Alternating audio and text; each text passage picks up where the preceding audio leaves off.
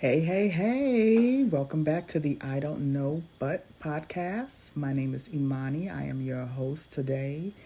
And I wanted to thank you guys for being patient with me while I navigate my entrepreneurship. I just finished my entrepreneurial program, and it takes a lot of homework, a lot of thinking, a lot of innovation and inspiration, and all that good stuff. So I didn't have as much time to dedicate to recording as I would like. Still working on a few things. I co-won a competition in my class for funding by Citibank, so now I have to go to the last competition, which is in September. So I'm preparing for that. So listeners, wish me well. Building a company the right way is not as easy as people would like to think. I believe they said over 65% of companies fail within the first 10 years, maybe even sooner than that. A lot of it is because, one, it wasn't set up properly. Two, you didn't understand your market and needs of those out there, and weren't constantly innovating and recreating and changing with the times. And three, people don't handle money properly. So I wanted to go and learn, some things about how to do it the way it's supposed to be done. And I learned some great things, and I will be sharing those things as time goes along. I'm going to do a series on setting up a business properly. It's probably going to be a YouTube series, but I'll discuss some things on here. But for this particular podcast, I wanna stick with the financial wellness and literacy aspect of it, because I do realize that there are a lot of people out there who need to learn the basic. And, I used to think it was just the younger generation who needed to learn the basics, because as for myself, growing up as a young person, I did not know the basics. And I kind of wish I did, because I probably would be further along than I am now. But I am here today to help others learn the basics. I wanted to give a shout out because I was looking at my analytics, and I'm reaching some places that I'm grateful for. I would have never, I always wanted to be worldwide, but I didn't even realize that certain people from different countries had access to my podcast, and I'm grateful for that. Have some in Belgium. Shout out to Belgium, Brussels, Germany. I'm not even going to try to pronounce this place, but shout out to Germany listeners, Russia, shout out to the Russians that are listening, Honduras and Central America, shout out to them, and Ghana, shout out to them, and of course all throughout the United States of America. I'm looking Atlanta, Cincinnati, Springfield, Brooklyn, Fort Worth, Phoenix, Columbus. So many different, San Jose, Tappahannock, some of these places I've never even heard of, but I'm grateful for the listeners. I appreciate all of you for listening to the podcast, and I ask that you share if you find this useful and valuable to you. I also ask that you email me if there are any topics that you would like for me to discuss. I'm always open to that, because I don't know everything. That's why it's called I Don't Know, but I don't know everything, and I want to help as many, people as I can. And if it's something that I do not know, I'm excellent at researching, and, I do believe in learning together. So once again, thank you all for listening. I appreciate you. And I'm going to go into this week's topic. This week's topic is reviewing your subscriptions and memberships. Now, I know that most of us do not even really think about it logically on a daily basis. We usually think about, the big ticket items, the expenses that we have to pay. We think about our rent and our car note, credit card bills, electric, all that good stuff, the normal things. But I would say probably in the past 10 years or so, there's a such thing as subscriptions and memberships, especially in regards to entertainment. Now, I know that I briefly discussed this in a previous podcast, a previous episode, but I want to focus on this for today, because what I realize is this, for some people, takes up a lot of income. And it's almost like you don't even realize it. You don't even know that it does. So what I want you to do is I want you to look at your subscriptions and memberships, and I want you to list them out. So for example, I'm going to give you the example of my subscriptions and my memberships that I pay for. And some are very valuable to me. Some are allowing me to grow and learn.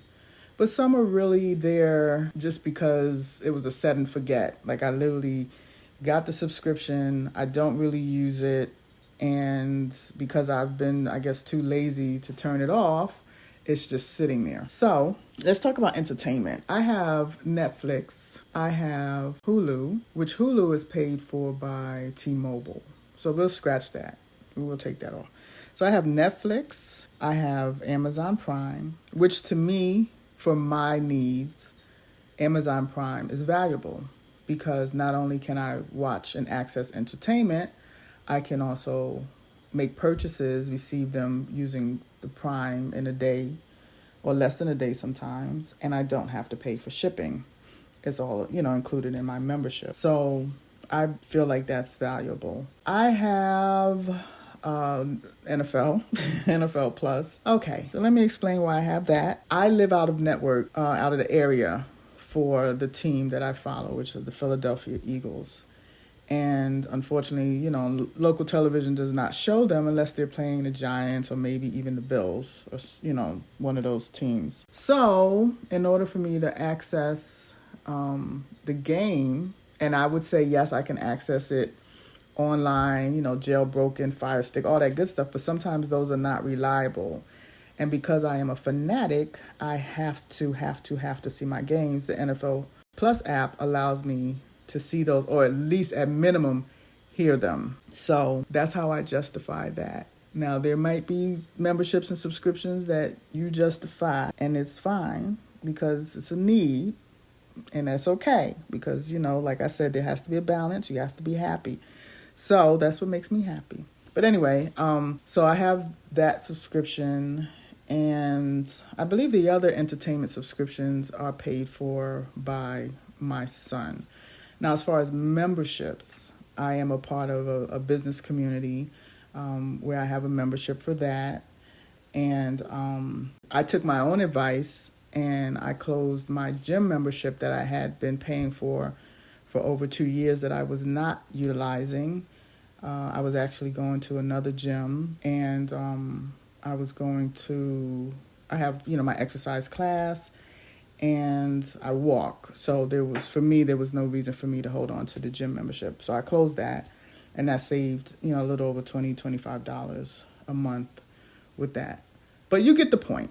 These are examples of memberships out there that we have. Now, there's still some people who are subscribed to magazines, which is nice. It's actually nice to kind of feel a book in your hands every now and again.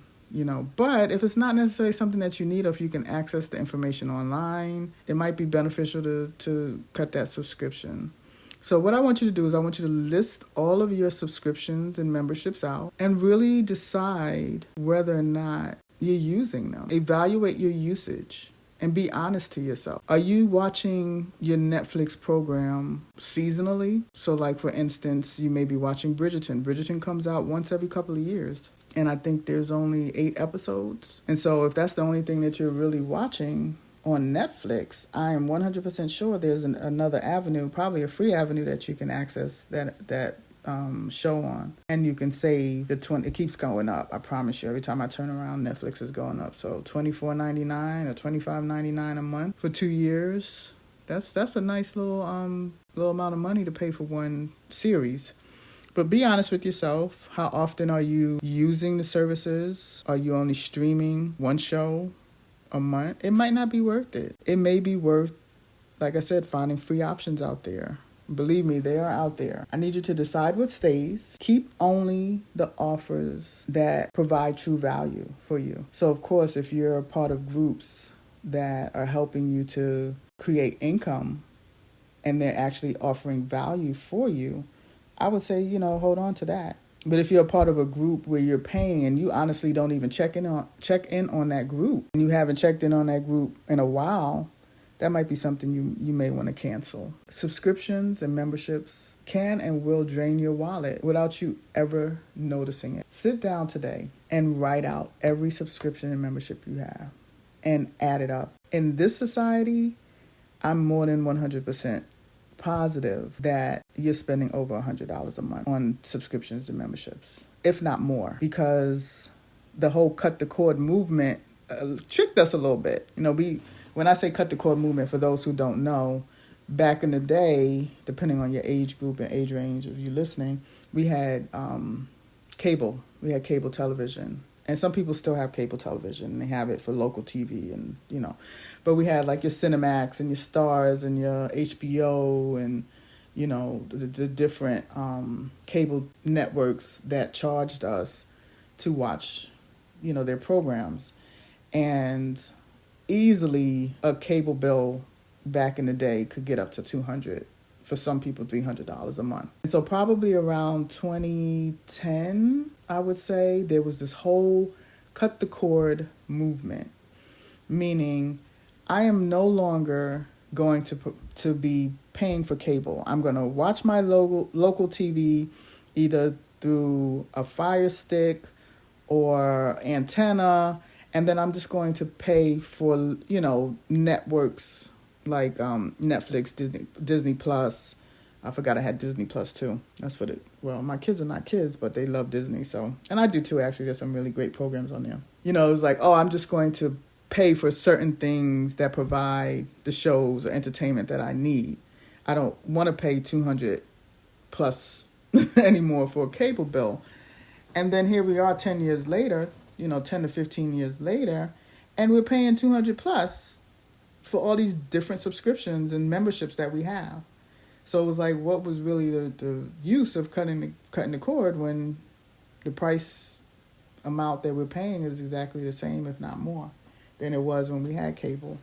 So it's all a mind trick, Businesses, they really know how to get us. But it was a good movement for a second, and then, I don't know, as they created more series and shows and different things, it was like, I have to have this because I need to watch that, and I have to have that, instead of having it all in one spot. Like I said, they can drain your wallet, and it adds up, and it's eating away at your potential savings. And when I say savings, I don't mean savings just to put in a savings account that is not gaining interest. You should always have money in a savings account because, of course, you need easy access to your cash. But when I say savings, I mean savings that is creating income for you or passive income for you. Placing it into different avenues, placing that same money that you could be saving into different avenues that would create income for you. Yeah, that's what I wanted to talk about today. So let me know realistically what you have and what you can get rid of and how much that would save you, if you placed it somewhere else that would benefit your income. There's just so much that we could be doing with our money than what we are doing with our money. Absolutely. Once again, the email is podcast I don't know but at gmail.com. That's podcast I don't know but at gmail.com. And I would love to hear some of your ideas, is what you would like to hear and learn more about on the podcast. I thank you all once again for listening to the I Don't Know But podcast. You can find me on all social media platforms at Business Wonders Consulting, and we are on all podcast platforms. So share to your friends and, help those who don't know just basic financials to learn more about. Okay? So thank you so much. I love you all. And until next time, bye-bye.